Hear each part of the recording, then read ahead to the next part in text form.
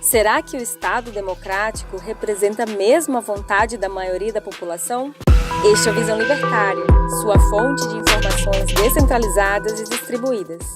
Sabe aquele papo que alguns tentam enfiar goela abaixo de que políticos representam a vontade do povo e atuam de modo a representar seu interesse individual? Bem, acredito que a maioria sabe muito bem que isso é conversa fiada. Mas vamos fingir que isso é verdade. Na última eleição para presidente, Bolsonaro foi eleito prometendo coisas como menos Estado, mais Brasil, menos Brasília, mais liberdade, direito a armas, menos impostos com a redução do imposto de renda e tantas outras coisas. Certo, mas o que ele conseguiu implementar na prática? Bem, quase nada. Sua eleição demonstrou claramente uma grande repulsa da maioria dos brasileiros ao socialismo, mas essa vontade claramente vai contra os interesses do resto do Estado. Do que adiantou 57,8 milhões de brasileiros votarem em Bolsonaro? Mais uma vez, nada. Pois, conforme temos observado, os 11 superpoderosos ministros que integram o STF são capazes de anular tudo o que esses milhões e milhões de votos representaram. Faremos um pequeno resumo do ativismo judicial, que, em centros de doutrinação estatal, faculdades de direito, é tratado como algo muito positivo. Apresentaremos aqui algumas das ações do guardião da Constituição, segundo alguns professores de direito. Em uma das ações, o STF determinou que privatização de estatal pode apenas com autorização do Congresso, embora não exista qualquer lei que determine isso. Em outra ação, determinou que transexuais podem mudar seu registro de nascimento mesmo sem cirurgia, ou seja, o médico estava errado ao dizer o sexo da criança. Além disso, determina que transexuais nascidos homem têm de ficar em presídios femininos. Coloquem aí os estupros decorrentes disso na conta do Supremo, tá? Em outra ação, revogou o decreto que primeiro facilitava acesso a armas pela população e depois disso revogou outro decreto que as barateava via redução de impostos. Em outra ação, mandou prender primeiro um jornalista que criticou o STF. Depois foi atrás do parlamentar Daniel Silveira por crime contra a segurança nacional, baseado numa abominável lei que a ditadura militar usava para prender pessoas. A Constituição diz claramente que parlamentar tem imunidade por suas declarações e apenas pode ser preso por crime inafiançável, além do mandado sendo cumprido por um mandado de prisão em flagrante, algo que não existe em lei nenhuma. Trata-se de um processo em que o STF é vítima, investigador e julgador. E, por último, anulou todo o processo contra Lula, tornando o molusco de 9 tentáculos elegível novamente para 2022. Vale lembrar que o STF também manda no Superior Tribunal Eleitoral. Então me diga, do que adiantou votar em um cara que queria mudar, nem que fosse um pouco? E falamos apenas do Poder Executivo. Quando vemos o Legislativo, também houve uma imensa perda para a esquerda de cadeiras em assembleias legislativas, câmaras de vereadores e deputados. Logo, parece bem claro que houve uma grande demonstração de que a maioria da população é contra os pensamentos de esquerdistas. E, seguindo a lógica da democracia, deveria ser pelo menos o início de um grande processo de desesquerdação da máquina pública. Porém, mais uma vez, você viu algo assim acontecer de fato? Para que houvesse uma mudança profunda a fim de reduzir drasticamente o Estado brasileiro, seria necessário um esforço colossal, tanto da população como dos novos eleitos ditos de direita, para assim talvez o inchaço da máquina pública diminuir. Nós, como libertários, somos contra qualquer forma de Estado, mas é inegável que um Estado menor, que te atrapalha e rouba menos, via regulamentações e impostos, é sempre menos pior que um mega-Estado como o brasileiro, que consegue ter mais estatais do que a União Soviética jamais teve. O que mais gera esse inchaço é o funcionalismo público. Seria extremamente difícil acabar com todos os privilégios e mamatas ditas legais.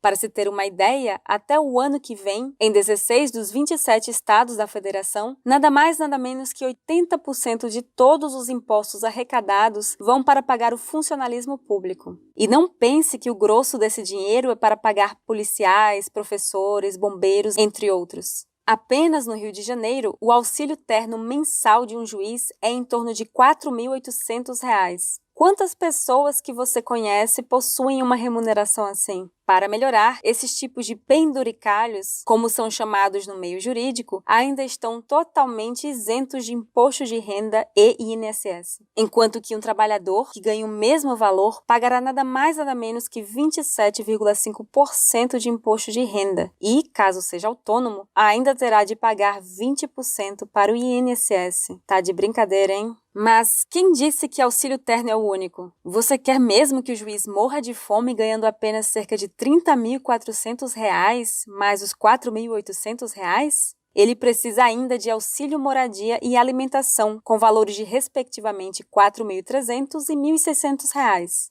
Mas será que um juiz consegue sobreviver com isso tudo? Bem, pelo menos no Rio de Janeiro não, pois juízes ainda têm um auxílio educação para seus filhos na bagatela de R$ 7.250. Pois é, você também é obrigado a pagar pela educação dos filhos de um cara que já ganhou mais de R$ 40 mil.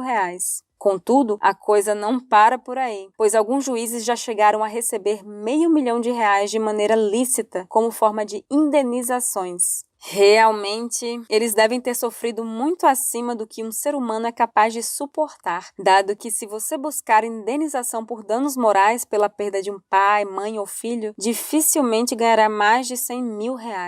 Mas não seria justo falar apenas dos juízes. Promotores e defensores públicos têm um salário quase igual ao de um juiz, apenas com menos penduricalhos. Mas, ainda assim, recebem 10 vezes mais que a maioria dos advogados privados. Você já viu algum político ser defendido por defensor público? A realidade de quem depende desse tipo de serviço público é muito, muito triste.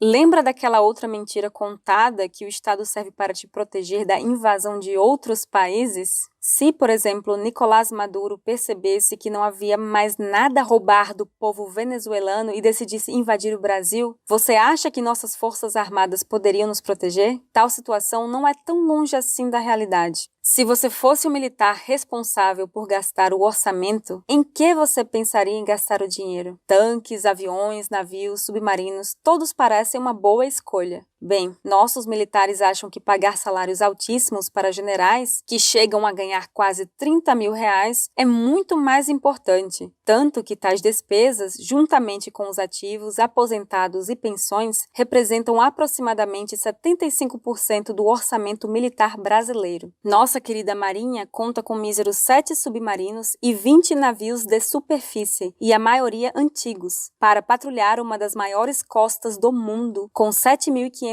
quilômetros de extensão. Para se ter ideia, um destroyer da classe Arleigh Burke, da Marinha dos Estados Unidos, tem mais poder de fogo que toda a nossa marinha, tendo mísseis antinavios, antiaéreos e mísseis de cruzeiro para alvos em terra. Quanto ao nosso exército, o principal tanque de guerra que usamos, o Leopard 1A5, é um projeto de 1965, sendo um blindado de segunda geração completamente ultrapassado em praticamente todos os aspectos, como mobilidade, miras, sistema de controle de tiro e principalmente blindagem e poder de fogo, sendo facilmente penetrado até por armamento antitanque da época da Guerra Fria, tal qual o famoso RPG-7, mas que é totalmente inútil contra um tanque moderno como, por exemplo, o T-14 russo. Também não temos um sistema de defesa antiaérea que consiga atingir um avião a mais de 4.000 metros de altura. Como vocês devem ter notado, muito além do presidente da República, o Estado como um todo é formado por camadas e castas de funcionários públicos que possuem lobbies fortíssimos para atenderem apenas aos seus próprios interesses. Depois deles, ainda vêm empresas oligarcas, como as prestadoras de serviços públicos que você é obrigado a usar por ser proibida a concorrência, como a de energia elétrica e transporte público. No filme Tropa de Elite 1, existe uma frase que expressa muito bem tal fato.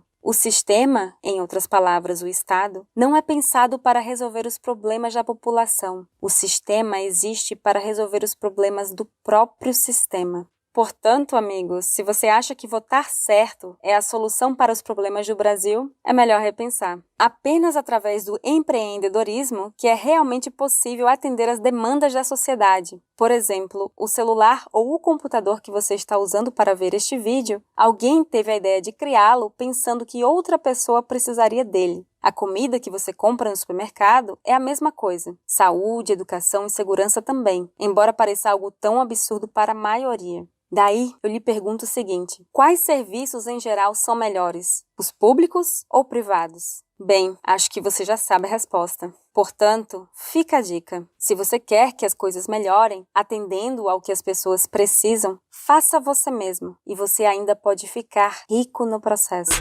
Obrigado por sua audiência. Este artigo foi sugerido e escrito por Giuseppe, revisado por Paulo Almeida e narrado por Baby Yoda. Se você quiser contribuir para a causa da liberdade, clique no like e compartilhe o vídeo em sua rede social. Considere também se inscrever em nosso canal e clicar no ícone de campainha. Até a próxima!